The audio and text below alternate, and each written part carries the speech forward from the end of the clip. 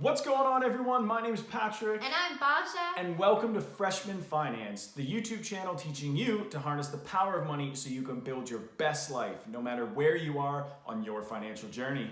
So in today's episode, we're discussing whether it's a good idea to join your finances with your partner.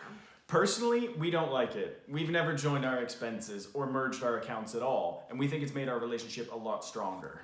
So today we're going to cover all the reasons why we decided not to join our finances, how we manage our joint expenses, and what impact this has had on our relationship. Let's go!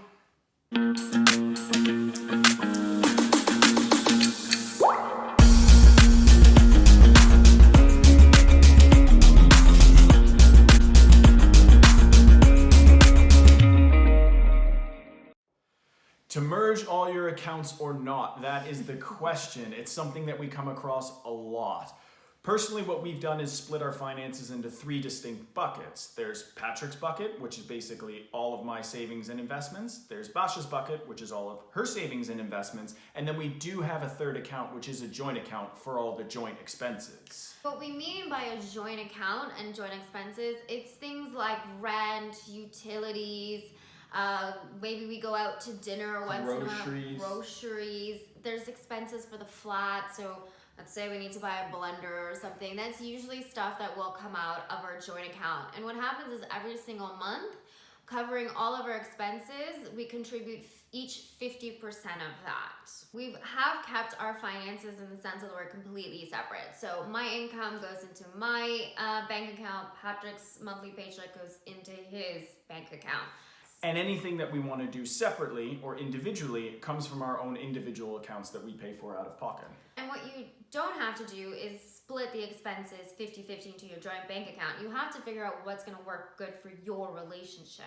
Yeah, I know in a lot of relationships, and certainly early on in ours, that we weren't earning the same amount of money. Basha earned quite a significant amount more than me. So when we moved into our flat in a little bit of a neighborhood slightly outside of my budget, what we did was actually split the rent. I think it was 60-40. Yes, it was. In order to keep it sort of fair. And that worked for us. And then over time, when our incomes kind of grew and mine got a lot closer to Basha's, then we just reallocated the rent and decided to do that 50-50. The key to that was we had a discussion early on, right before we opened the joint account, to decide who and how much we would be putting into that account.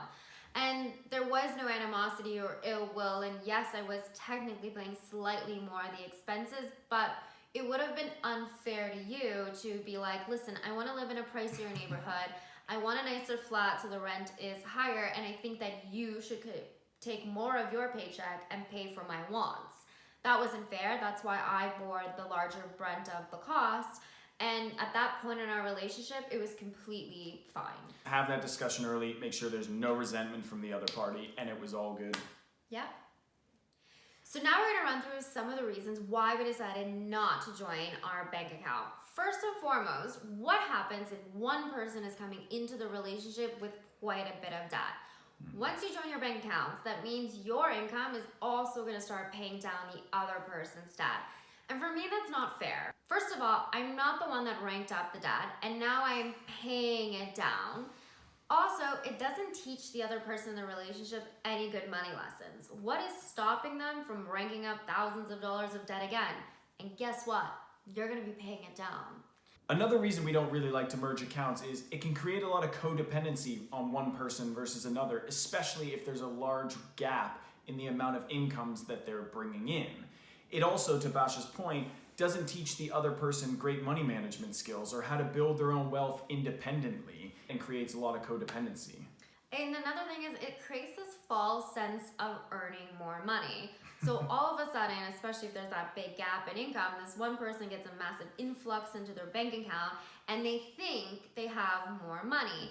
So it naturally kind of increases your spending habits. You always say it inflates your lifestyle. Lifestyle creep, yeah. Yeah, and then what happens if the relationship ends? It's really not fair to leave that other person with expenses and lifestyle that they cannot keep up with. That's a great point. It's another benefit of not merging the accounts is what happens if the relationship ends? You know, especially if one person's bringing in more money, do you split it 50-50? It's not quite clear how that's supposed to go.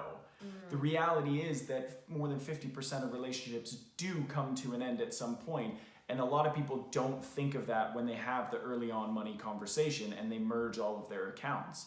It's not trying to be negative, it's just a reality of the situation, and going into it blind is just not something that we would recommend. One of the things that couples fight about most, and we can totally relate to this, is money and spending. For example, like if Pat decided that he wanted to shell out £3,000 to go on a lads weekend to see the Champions League in Madrid, from our joint, I'd be pissed. That's a lot of money. And I don't know, I wouldn't be okay with that. I think it's a fantastic investment to go into the Champions League. Wonderful experience. But on the flip side, I don't think £900 Louboutin. Those are amazing shoes. £900. They are worth every pound, in my opinion. Keeping the accounts separate, you don't have to police each other on the individual spending that you want to do. I value football and Champions League experience. Basha doesn't. She values really expensive shoes.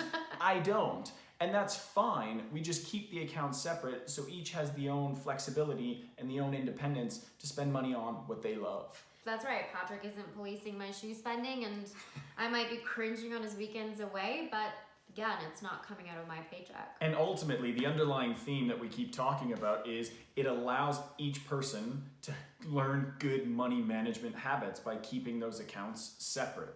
So just to do a quick review.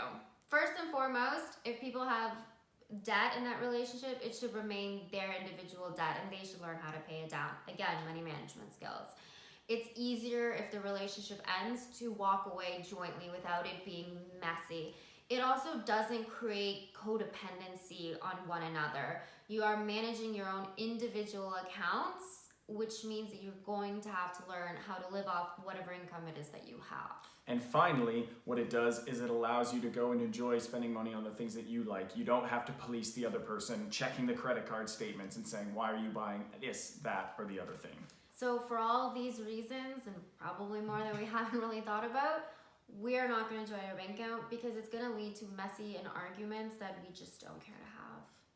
Thanks a lot for tuning into this episode, ladies and gentlemen. We'd love to know how you guys tackle this question. Do you merge the accounts? Are you in favor of it, or do you not? Let us know in the comments below. That's right. See you guys in the next one. Ciao. Bye.